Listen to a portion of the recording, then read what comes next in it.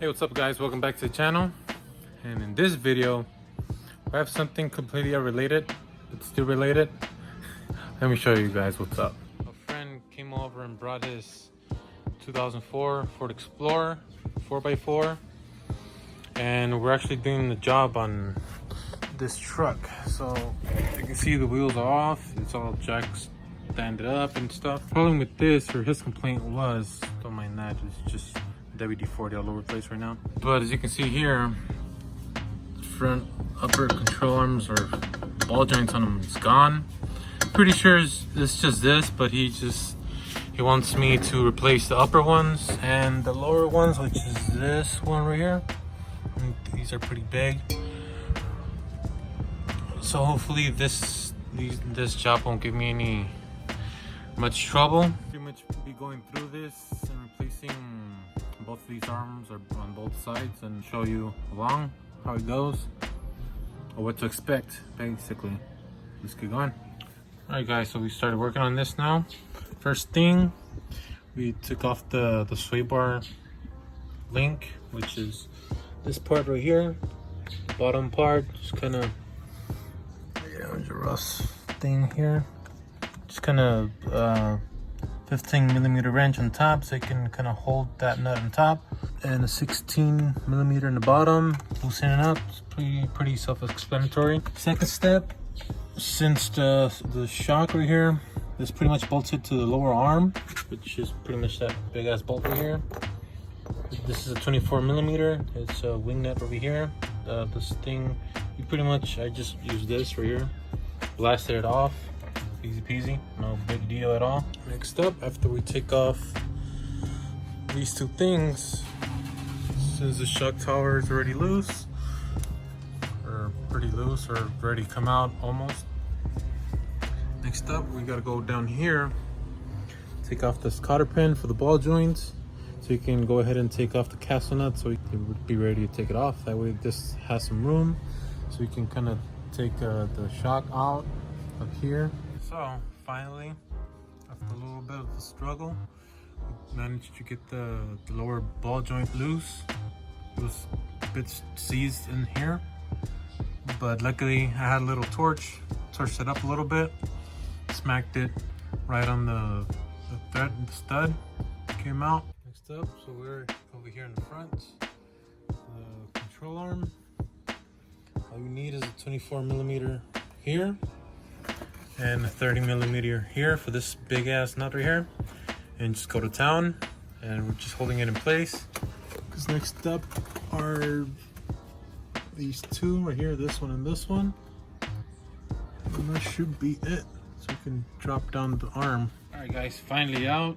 It was a lot more of a struggle than I anticipated, to be honest, all because of this little hole not being big enough. But we got the new part over there, so let me show you what happened. So the thing over here is that we kind of had to do a double duty type of thing, because since the shock here kind of gets bolted, it kind of gets loose from here. It's like it gets stuck right here, then the bolt goes through here.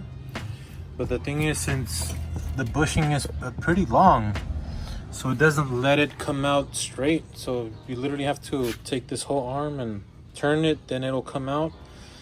But at the same time, you can't really turn it until you take out the ball joint or the stud from the hub back there.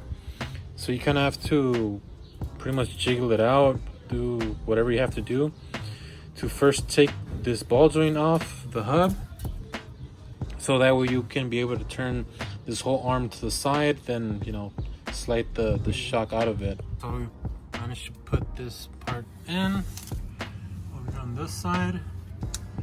Kind of presented the nuts over here, this washer here, this big bolt with the big nut.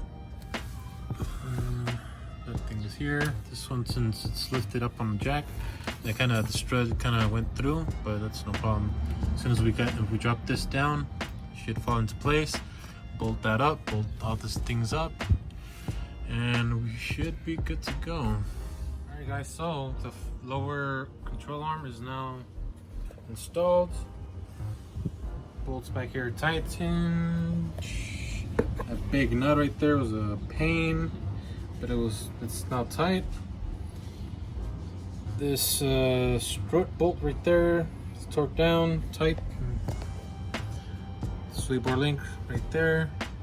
Kind of had to pry it open a little bit so you can get that little middle shaft plastic thing in there. It's now tight. And fastened over here. Done. So now that we have the lower control arm done, now we have to build the top one. Yay. And this is the reason why this thing is just blasted. Luckily, looks like it's only 3 bolts, which is this one. And there's that nut right there. And this nut right there. And it should come out. So hopefully that's the case. So let's get down to it. Alright, so now that we're working the upper control arm, we got that the nut loose, 18 millimeter. We heated it up with the little torch right here, which is this one right here. Did the trick, lit it up over here, smacked it over here, came out. Now it's free. As you can see. Now, oh, vacuum those right there.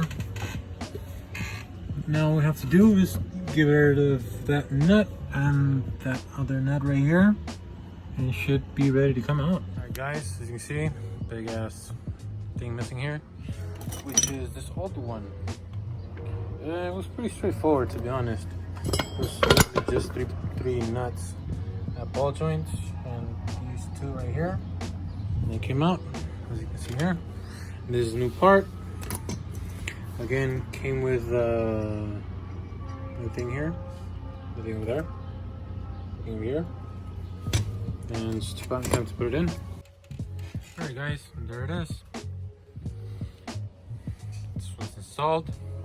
Bottom one's installed. You do have to keep in mind that the sides, you kind of have to loosen them up, so that way this side right here, the ball joint, the stud can go into this one, because once you kind of put it in, it really doesn't want to move at all. So make sure to loosen this one. I mean, don't loosen them up too loose, just as long as this can have some type of play right here, so you can go in. So that, you torque it down, torque nuts down, you're good to go.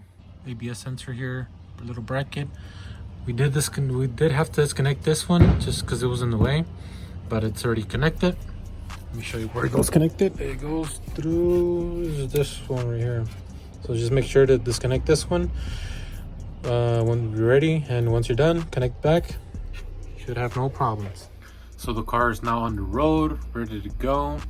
We test drove it, rides a lot smoother, no more, you know, shimmies or knocking little noises and all that stuff. The owner's happy with the job, and well, you know, happy to help. I'm glad I can, you know, get him back on the road. That being said, hope you guys enjoyed the video. Make sure to subscribe, hit that like button, and hit the comments if you have any questions. Make sure to follow us on Los Meros Veras on IG. Personal pages is all up in there. Cop some merch. That being said, see you guys in the next one. Peace.